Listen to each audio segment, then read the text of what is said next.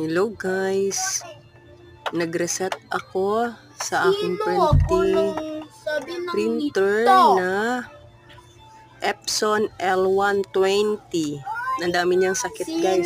Actually, kalakal lang to siya guys. Tatapon na siya.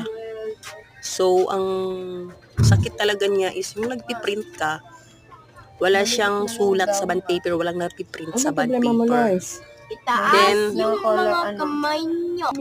ginawa ko sa kanya is, ninonosol check ko siya. Ken, wag galawin yan, Ken. Then, after ko siya mga ilang tagal ko sa kanya nag-nosol check. Hanggang may lumalabas na siya na print, na may ink na siya. Then, yung sa color naman, nag-print ako ng color is only yellow lang ang lumalabas sa kanya. So, nag-nosol check pa rin ako hanggang nakikleared na siya. Hindi na siya nagre-red. After ko siyang na-nosol check, may ink na lumalabas. Ang dami ko kasing piniprint. Nagre-reset na naman po siya. Nag-alternate blinker. Blink, yung si yellow at saka si red. Nag-blink red. Red, green, red, green. So, nireset ko na naman siya. After ko sa kanyang nireset, kasi na-consume yung bond paper niya is, print niya is 6,207. Tapos, ang na-print na is 6,210.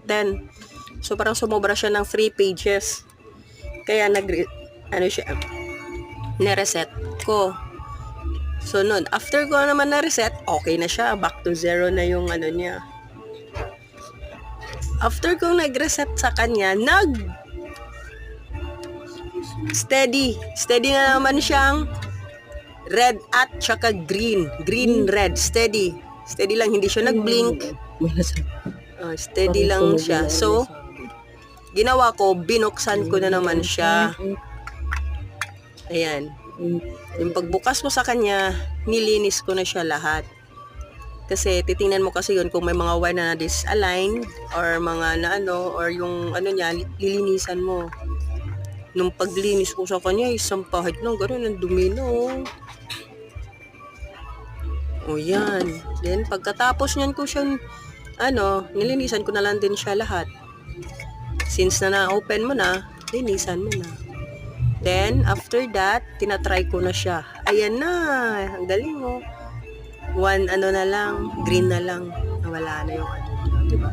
Tapos yung anak ko, ayan ang pinanood, ayan, binintyo niya pagsali.